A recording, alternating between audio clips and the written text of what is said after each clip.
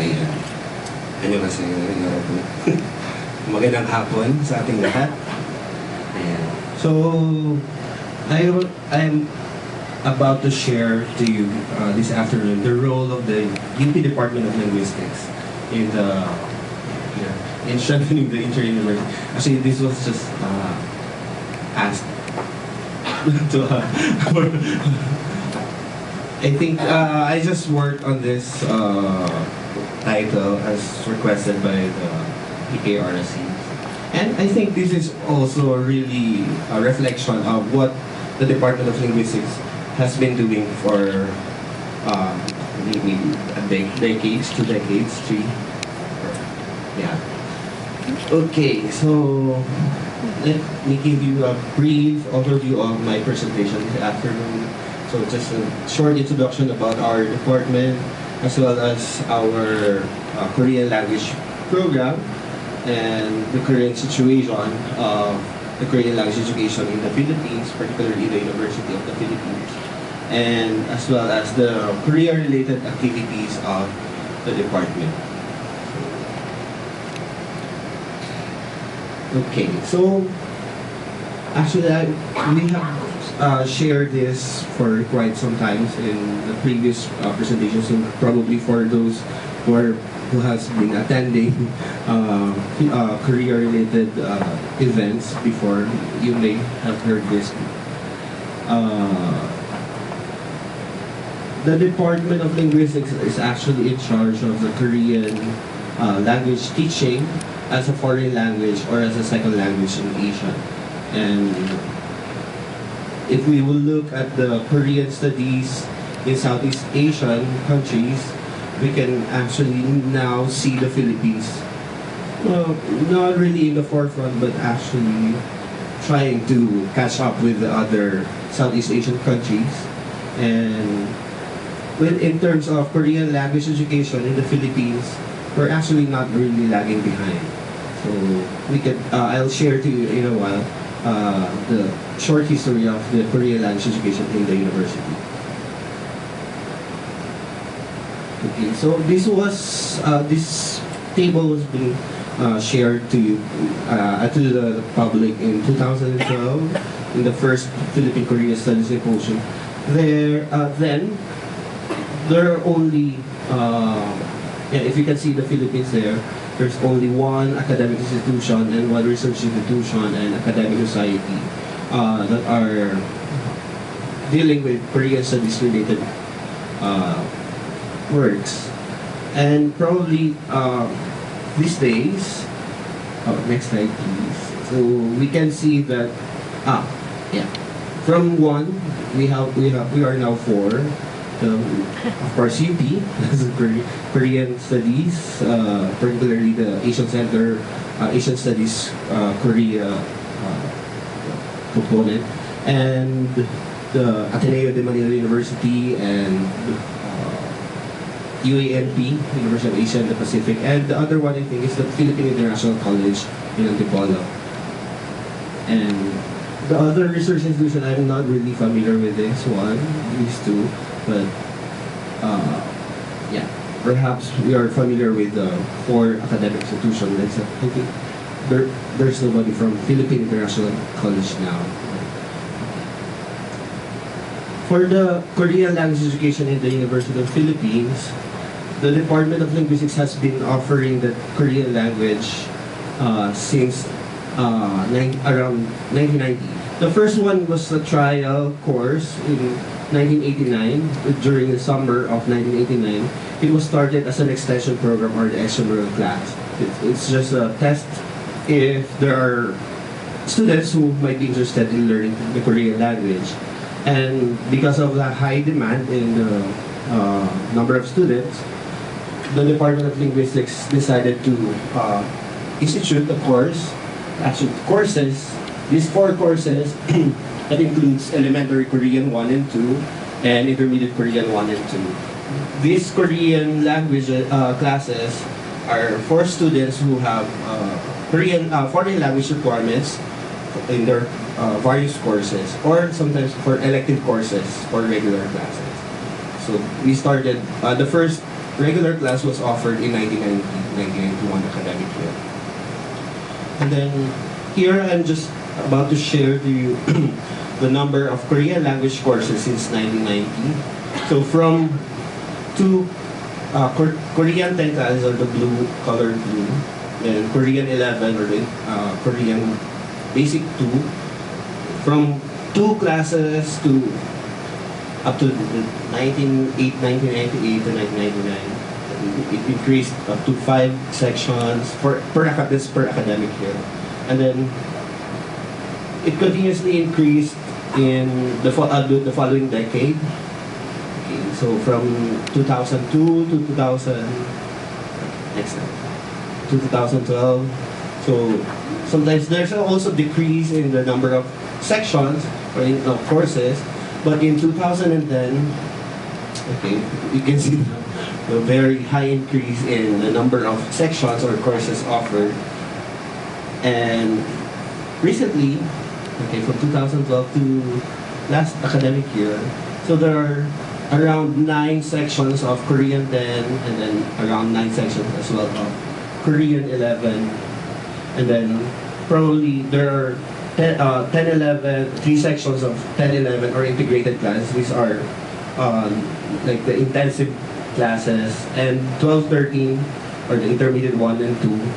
So every academic year there are probably 2 to 3 sections.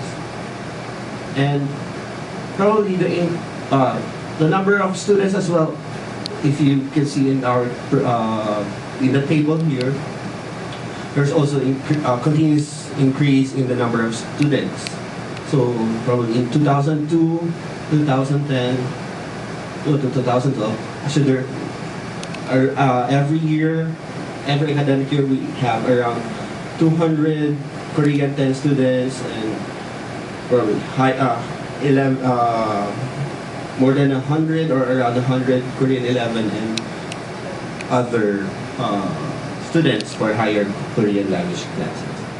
And probably the increase in the number of students is also reflective of the number of faculty in our department, because before it was just one faculty, like from Korea University with memorandum of agreement with the university and support from the Korea Foundation, or UP non-native Korean hired faculty, and sometimes we have COICA support. And in the previous years, then we had full-time faculty teaching linguistics as well as Korean language. So we produced Korean specialists for the past, perhaps 10 years. That includes me. Okay, and recently we are like around 5 to 6 regular faculty, including our part-time regular faculty. But by regular, it means they are regular instructors or lecturers in the department. Okay, so these are just some of the photos of our classes. Okay, so mukha naman kaming masaya, no? Nag-aaral na Korean language.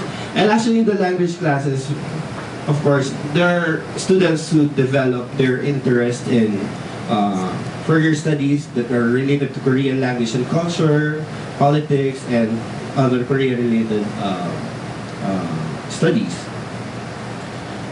And also, it is included in our curriculum, in the BA Linguistics program.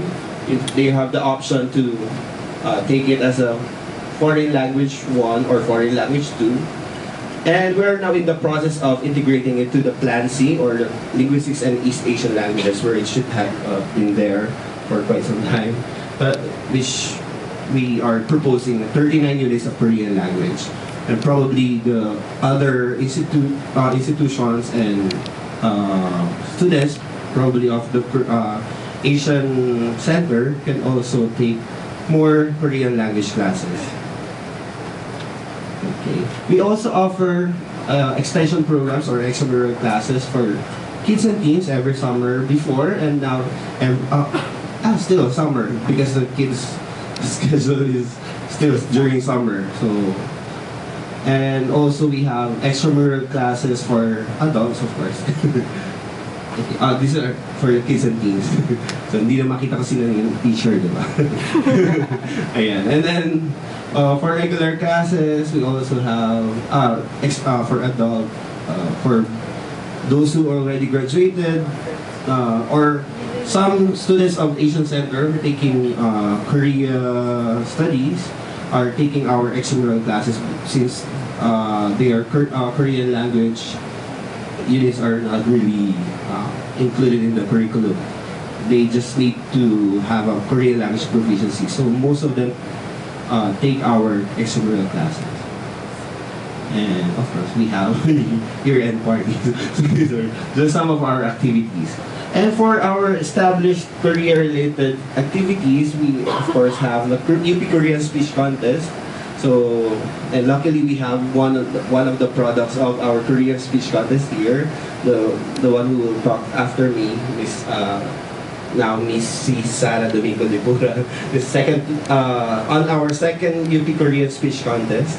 So she's the first placer then, and I was the intermission number then. Actually, I competed, but I lost. and so, if you can notice,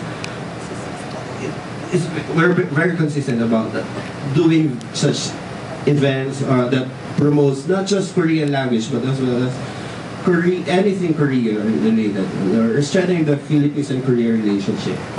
So we had our last we had our last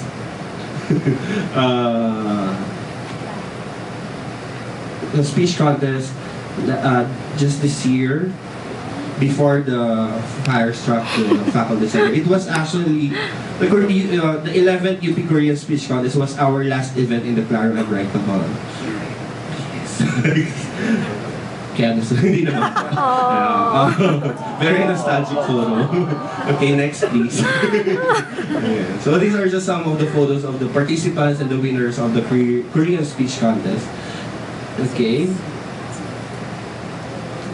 And aside from that, we also handle, our department handles lectures, symposia, and conferences that, of course, deal with Korea studies or anything Korea related.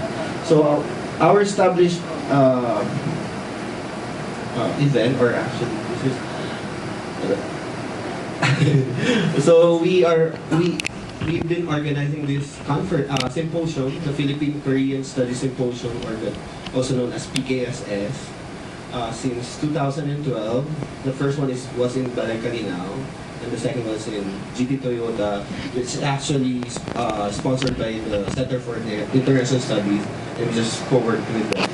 So I'd like to also acknowledge their presence here through the representation of Miss Sarah Raimundo, the second PKSS.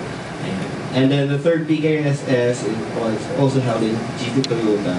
And the fourth one was last year in this auditorium. And for this year, it's about to happen on July 20 to 22 at Microtel.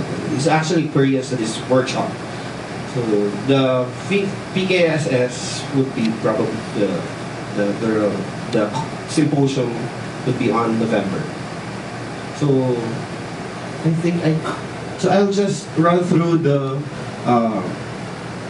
theme, or the overarching themes for our PKSS before. So the first one actually was entitled Strengthening Korean Studies in the Philippines. Because during that time when we were conceptualizing the Philippine Korean Studies Symposium then, we are aware that there are already existing Korean studies in the Philippines, particularly in the university. It's just that it's not really that popular, or not that established, or nobody is like organizing such big events. So that's why we entitled our the first symposium as strengthening the Korean studies in the Philippines. And then on our, this was a photo then. And on the second, yeah, this one. We even promoted on television with Besan Singing in Jojo A, Tonight with Jojo A, in order for us to gather more participants. So, di ba, hanggang ganong level, nagpo-promote kami. Mukha kami K-pop artist na. And then on the second PKSS, nagkaroon kami ng challenge yan that, so from strengthening, what will be the next step?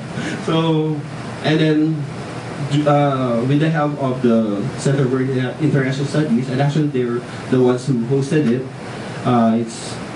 we came to this one, the trending now, emerging issues in Korean studies. So there are also some photos here. And there's Ma'am Sarah. And then the third one, yeah, of course, from strengthening to trending, then where we will go. So we then decided to have the theme of forging directions for Korean studies in the Philippines. And actually, perhaps ipinanganak nitong mga events nitong symposium na ito, more initiatives from different institutions. So because we've been establishing networks and connection from one institutions to another, so probably there's more encouragement and facilities and avenues for us to have dialogues and to know who are those working in this field, and in particular in the Korean studies. So these are some of the photos then. Okay. And then the fourth one, okay, this was the fourth one. It's last year, November 10th, 2015. So Philippines, Korea in the changing Asia, drawing connections. So we're trying to link naman, from the directions we try to link it. So, and probably this is one of the products of this initiative. And maybe the administration keep the call of the department for somebody to, because we're the Department of Linguistics then, or those people working, or trying to look for people or institutions or office that will host the Philippine Korean Studies Symposium permanently. Since the real mandate of the Department of Linguistics is not really the Korean studies, because our mandate is to teach linguistics and languages as well. And these activities, these events are actually part of our, or avenue for us to build connections outside our department. Okay. And then, okay, so the next one will be the Korean Studies Workshop this July 20 to 22. So here we selected 16, I think, 16 papers. And hopefully the products of this workshop will be published and be presented on the real 5th PKSS on November. And aside from those that I mentioned a while ago, yeah, we also had those special lectures and fora during the Linguistics Month during August, and also Hangul Day celebration and other UP departments invitational lectures. We're open for invitations actually from other departments and other schools and other institutions. So to show you some of the photos, so this is the foreign language forum, including our exchange to those who have been to Japan, Korea, and other Asian countries. And then the students shares their experiences. We've been doing this like almost a year, every year. And this one is from my invitation from PUP. So I did some talk in PUP. Mukha akong K-pop artist. Okay, thanks. And then this one is from the history department. We got an invitation. We talked about Arirang.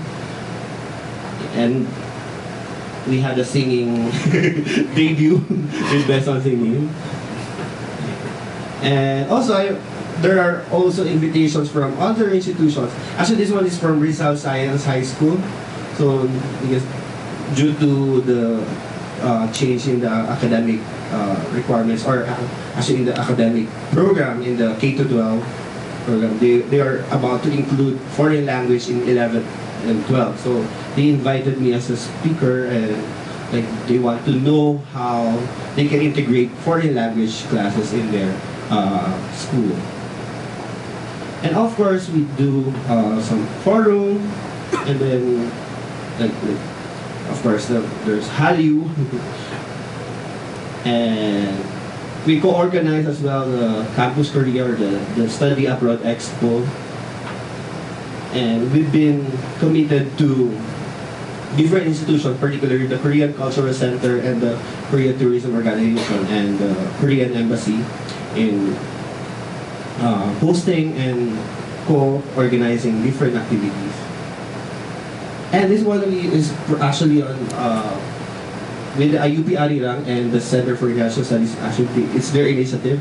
So what I'm trying to say here is that the Department of Linguistics and the people within are actually engaging in many different activities, and we commit to serve as well, and to continuously support other institutional partnerships. So this is Korea Beyond K-pop, organized by the Center for International Studies in UPI. And then we also been committed in sending teachers in training abroad and teachers training here in the Philippines. Okay, so this was in Korea in 2012. And then, so yeah, teachers training here in KCC. And we also organized the Korean language teachers in the Philippines. And also to improve the quality of our education, our Korean language education. And of course, we do Korean language workshops, teaching workshops, etc. And next. And other cultural activities, yeah. Of course, during our Linguistics Month and Language Month, and we've been doing food demonstration, eating contests, kimchi making and eating contests, and a lot of other cultural activities that promotes not just the Korean language, but as well as to entice more students to study Korea beyond K-pop, Korea beyond K-drama. So these are just some of the photos of the food exhibit. The example of kimbap eating contest. Okay. Then variety show. Attending events from in and outside the university. Korean fan dance. Supporting other institutional events. And Korean Film Festival. Meetings with different institutions.